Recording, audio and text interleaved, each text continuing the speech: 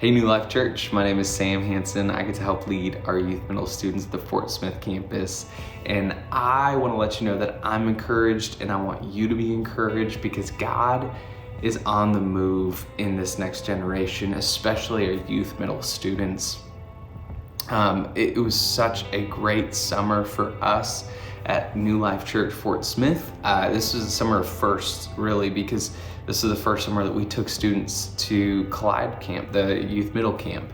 And man, it was incredible to see what God did during those 4 days, because each day they got to be in God's Word and they got to hear messages that reached their hearts in a relevant way. They got to be in worship. And man, let me tell you, each of those students, that was probably the biggest thing they talked about, is how they experienced something they'd never experienced before in worship.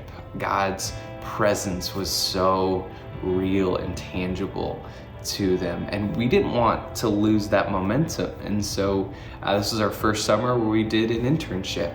And that looked like them coming to the church on a Tuesday at lunch. And we got to dig through the Foundations curriculum at New Life Church. And they didn't just like listen to a message and then go home. We really gave them homework. And the cool part is that each got a journal. They had their book and they would write down each night. They would write down different questions that they had and things that they learned. And then they would kind of come back the next week and show what they'd learned, and they talk about what they'd learned. And really they owned it, like in a really unique and cool way. They owned it more than probably anything else we've done. And those are amazing things. I love to see what God did in that. But I think the true litmus test is what happens outside of the church. What's happening on the Mondays or the Friday nights or whatever is going on in their lives outside of the church when no one's looking. And probably the most moving story happened not very long ago, where a parent reached out and said, "Hey, I just want to let you know, like, thank you for what you're doing and what God is doing, because my daughter went to a sleepover and there was 12 girls, and there's a lot of girls for a sleepover. And when I think back to being in 6th grade, like when you're surrounded by your friends and there's no adults, it's the hardest thing in the world to stand up for what's right. But the parents had gone to bed and all of these girls are hanging out, and one of the girls says, "Hey, we should watch R-rated scary movies," right? If you've been that age, you've probably been in that situation before. But this girl did something absolutely out of the ordinary. She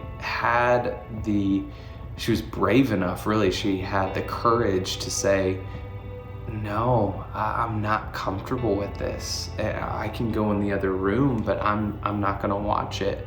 And there were 2 other girls that go to our church as well, and they both took her side and they said, "We're not going to either."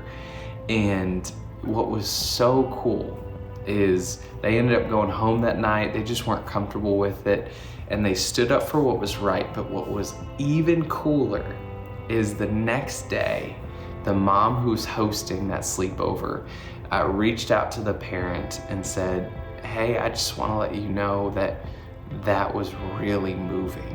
And we've been out of church. This family had been out of church for years. And she said, "I've wanted a sign to get back into church." And she said, "This is it.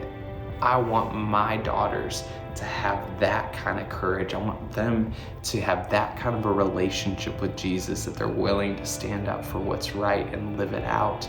And that parent actually got to invite that family. And so here's what's the thing that just kind of excites me the most, and I hope it does you as well, is that we as a church get to rally behind our next generation, knowing that God can use them not just to change their hearts or their friends' hearts, but they can change literal families and share the hope of Jesus with them. So thank you for all that you do to support and love our next generation.